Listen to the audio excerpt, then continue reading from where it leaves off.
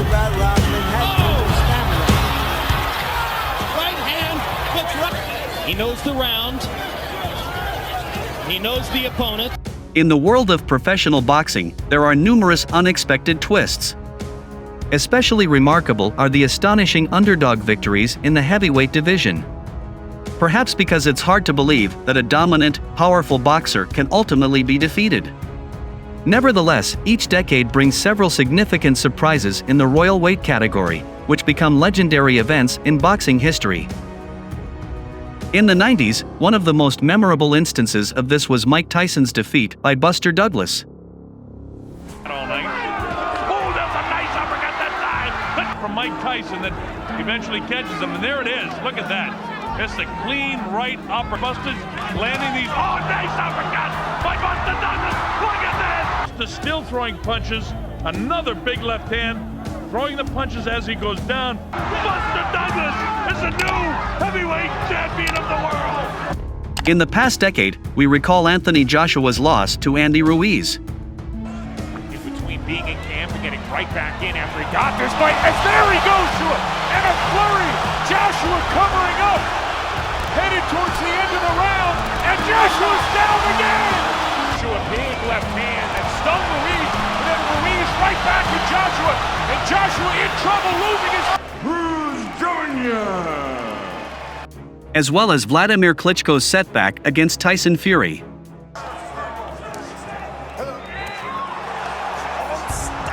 Diesen Kampf, aber das ist, ich wiederhole mich nochmal, was eine... In der Ecke von Wladimir Klitschko und die will,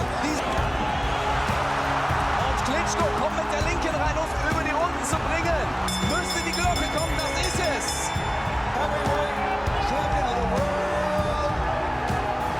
And the first decade of the 21st century was marked by an upset that many consider one of the greatest in the history of professional boxing.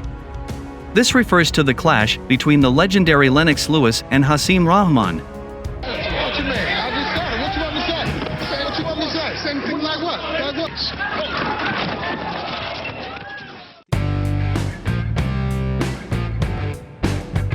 In 1997, Lennox Lewis became a world champion for the second time in his career, regaining the title he had lost in 1994 to Oliver McCall. Lewis unbeaten, remember, after 25 fights. Oh, he's got him! Oh, Lewis walked into a counted out with less than a minute of the second round gone. The crowd can't believe it. In the championship bout, he knocked out his tormentor. Since then, the Briton began collecting belts from all possible versions. Is having one right now before the eyes of the world, and it's placed Lennox Lewis in an awfully difficult and awkward position. Lewis doing what he has to do. This isn't right.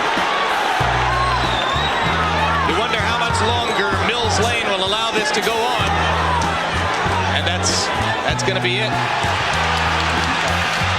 And now, a two-time WBC heavyweight champion of the world, the pride of Great Britain, Lennox Lewis. And a final look at Oliver McCall. One thing which cannot be denied.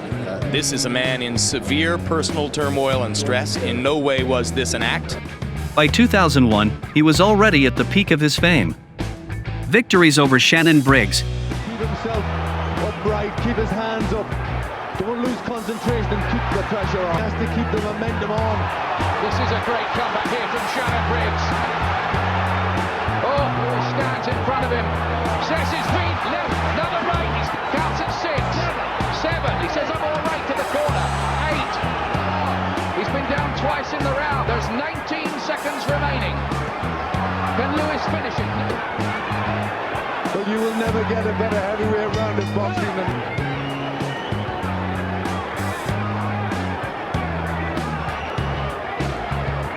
Oh, look at that right hand. Will not get up from this, will he? He's going to try, you know. Look at that. That is no City Convention Centre. What courage, what heart from Shannon Briggs. He was down for the third time, but he won't be able to surely take too much more of this.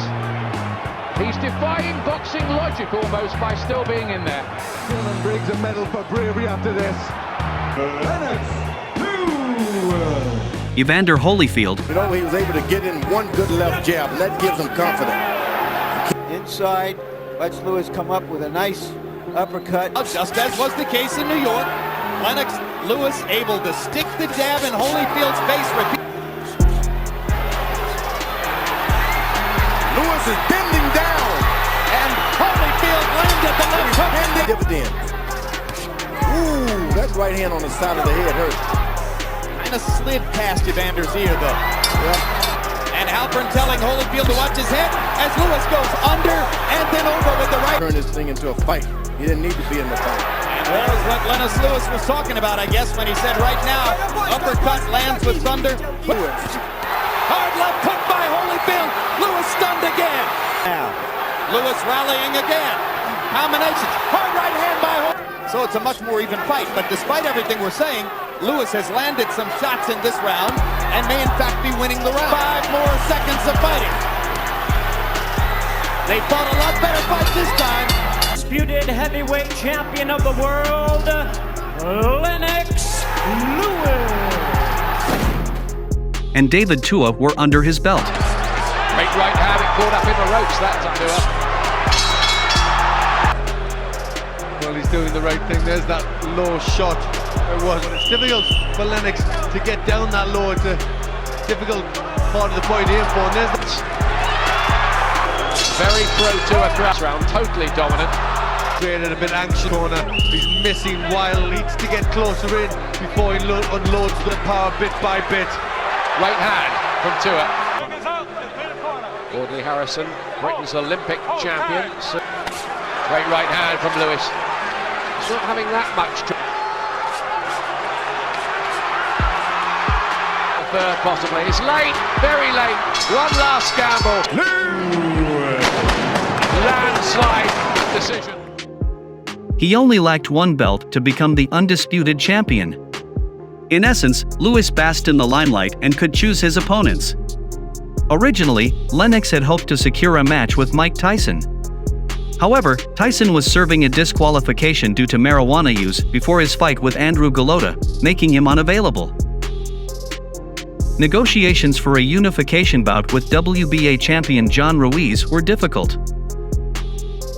So, within the scope of a voluntary defense, the Boxers team decided to face the relatively unknown Hasim Rahman. By that time, the American was on a modest streak of 3 wins, and he had already suffered early losses to David Tua. This is a big left, I think, coming up by Tua. And that towards the end of round number 3. Tua. You get a look at Hasim Rahman. Furious rally at the end of round number 4. Connecting virtually at will. And one of the things that you see, here's a shot of Rahman hitting David Tua. 7. David Tua feeling it a little bit. Rahman misses with his counter shots. And Tua leaning in and is landing some heavy shots here in the corner. Rahman comes home now with a left, followed by another. And then gets right. Hasim the Rahman. We'll see what Rahman has left, how he responds as David Tua comes on strongly now at the outset of round number 10. Throwing punches with reckless abandon, and Rahman is hurt. Definitely hurt. Rahman taking shots. He's about to go down. Only the ropes are holding him up, and Hasim is going to stop it right here. So the shot that came, in our opinion, just... And Oleg Maskiv.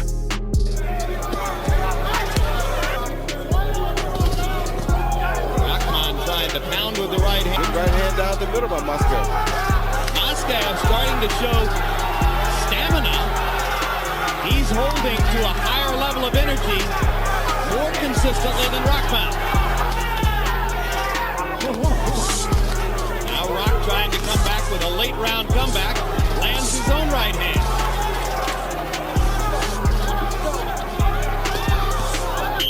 Rahman doing a nice job inside. Something he hasn't always done. Good rally. So you have to be thinking, if Rahman's tired, what am I? Rahman landing 2 left hooks and a right hand. Moskow backing up into the ropes and seeming to wobble again. Now, Rahman has been landing at a high rate for the last couple of rounds, both the body and the head. Oh. Right hand by Moskow, and now Rahman wobbling. there for a second. Regained him. Left jab lands again. Rahman with the hook. They trade and trade. And questions in some fights about Rahman has stamina. Right hand hooks right. He knows the round. He knows the opponent. But he went through the ropes across the round without any legs. Yeah, and there's the shot. Yes, that was over. That fight was done with right. Legs, yeah, boy. That's right. And that's why you know that punch right there was it. And that's what I mean when I was telling Larry about. The winner by a knockout,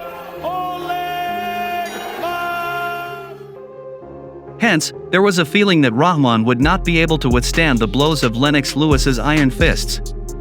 But Rahman's team didn't dismiss the presented opportunity and approached it with utmost seriousness.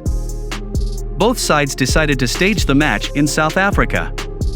All of this was presented under the guise of an analogy to the famous Muhammad Ali vs. George Foreman bout, which also took place on the African continent and entered history as the Rumble in the Jungle. Although many were convinced that the same level of competition would not be present here and that Lewis would dispatch the contender. The Briton himself was so confident of this that he approached his preparation casually. Given that the fight was supposed to take place at an altitude of 1.5 kilometers above sea level, in the town of Brakpan, near Pretoria, Lewis should have arrived in South Africa earlier and undergone an acclimatization period. Instead, Lennox was immersed in filming the famous movie Ocean's 11, in which he had a cameo role, and likely didn't dedicate as much time to training as he normally would. As for Rahman, Hasim arrived in South Africa a month before the bout and underwent one of the best training camps of his career, understanding that a chance of a lifetime had presented itself. Despite such a difference in preparation, the bookmakers were merciless towards Hasim, designating him a clear underdog of the encounter. Finally, the day arrived. On April 22nd, the boxers clashed in the ring at Carnival City Casino. The first round of the match was mostly characterized by jabs exchange. In terms of the number of thrown punches, Rahman wasn't trailing behind his opponent, but he was losing in accuracy by a factor of 5. Rahman has got to understand, look, you get in the ring with the heavyweight champion, you got to become heavyweight champion yourself. I can tell you that. What you're good at.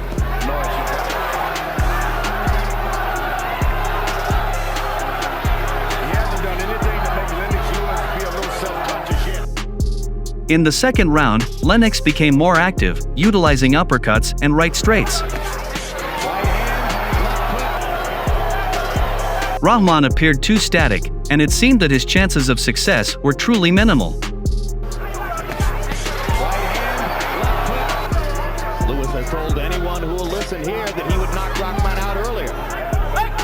To get Rahman in the first couple of rounds could be significant, as he may be Probably in the second half of that last round, as you see there.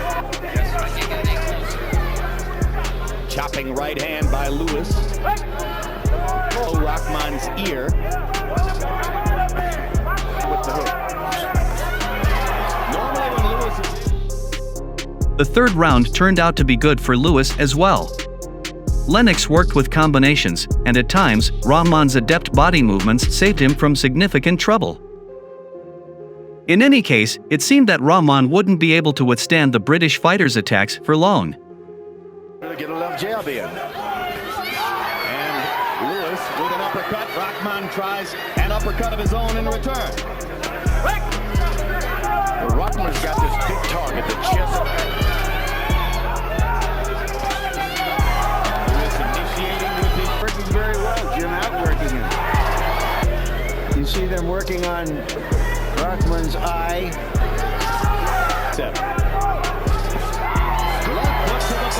Just as Lennox Lewis was working on his eye during that round. Towards the end of the fourth round, it became noticeable that Lewis was slowing down and his footwork was less effective. Conversely, Rahman maintained his maneuverability and gained momentum. Cover it up at all. Rahman does keep his hands up. So you don't work at it. Don't get out of it. You only get one of these good fights like that. Crowd, when he performs a little better than you expect him to, he can win the drama of the fight. In the fifth round, the challenger grew bolder and advanced more frequently. Lewis feigned smiles to Rahman's attacks. However, towards the end of the round, Lewis's conditioning began to fail again. He initially absorbed a series of jabs, which resulted in him being against the ropes. What you gotta do, you fighting for the title. Can't. Rahman, jab.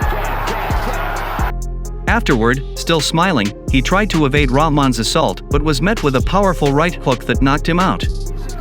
And careless, Rahman got inside and hit him a terrific strike. Lived down to his preparation for the fight. Absolutely. That's another brilliant line. Drowned in Ocean 11.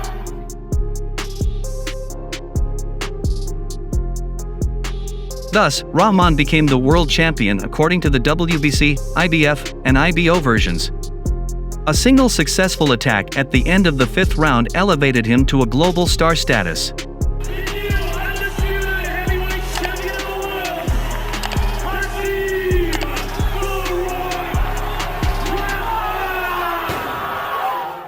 Meanwhile, Lewis suffered his second defeat in his career.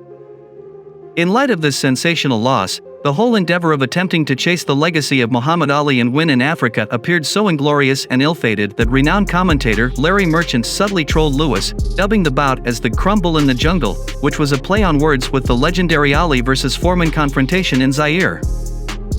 After the dizzying success, contracts, fame and popularity fell on Rahman. Hasim became a client of Don King. The veteran promoter had his own plans for the boxer, intending to set up a couple of routine title defenses for him. At first, they wanted to match Rahman against the sturdy middleweight Brian Nielsen, but the fight fell through.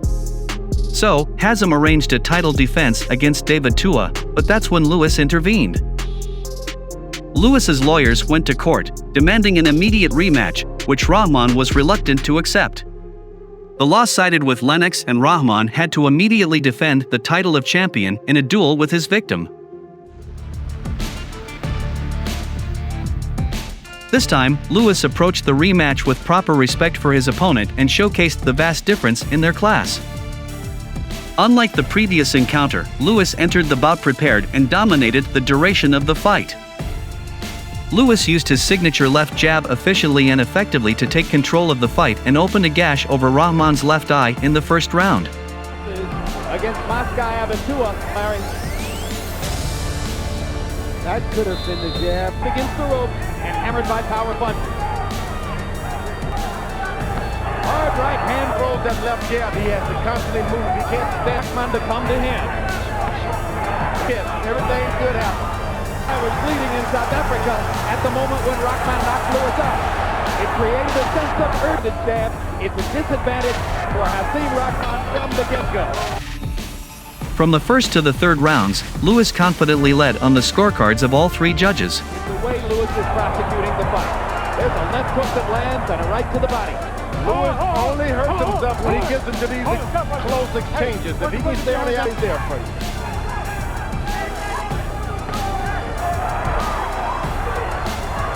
At the same time, but he's throwing hard.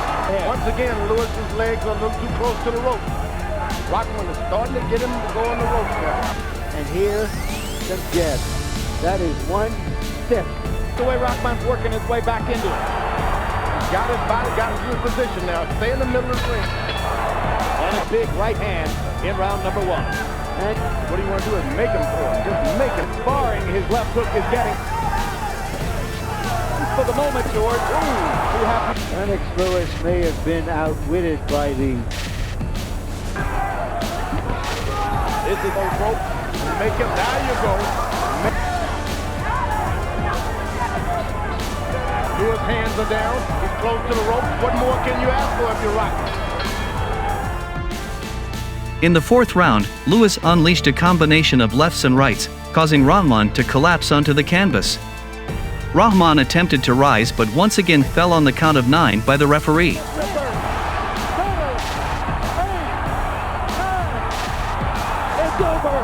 He could have done the Holyfield if he had decided to be more aggressive. He didn't try to close in.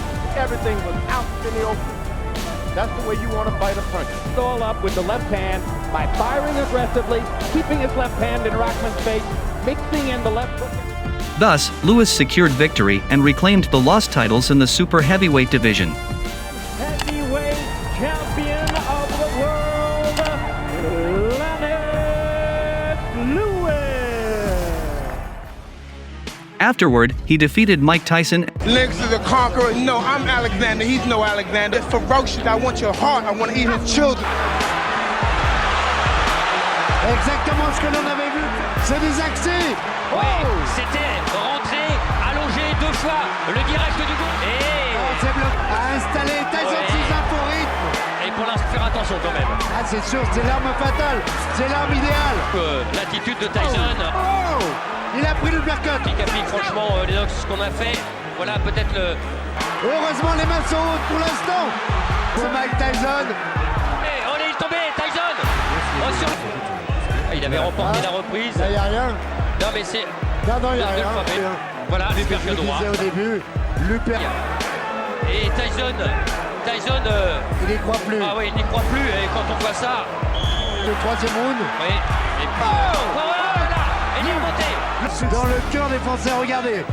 Ça va encore à peu près, mais celui-là, cet uppercut gauche à la pointe de... J'encore, il est KO, la droite, c'est terminé. Lennox Lewis est toujours championnat du monde parce qu'on avait très peur de ce combat. Mais on sent, je vais dire presque...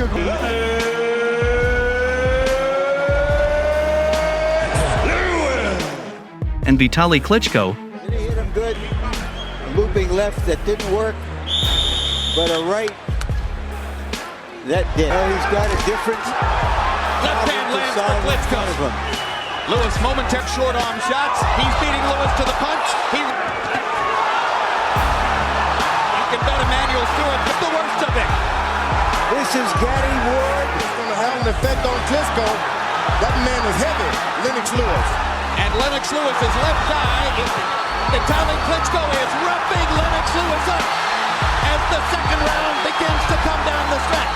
Here's the big punch that changed that round.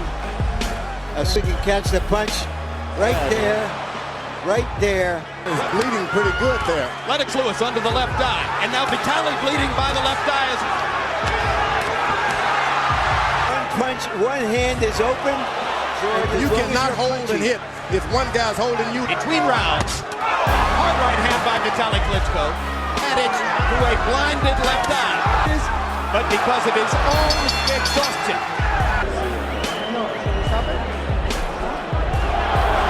And they're stopping the fight. They're stopping the fight. He can come back, but you blow your eye. That's the... Then hung up his gloves.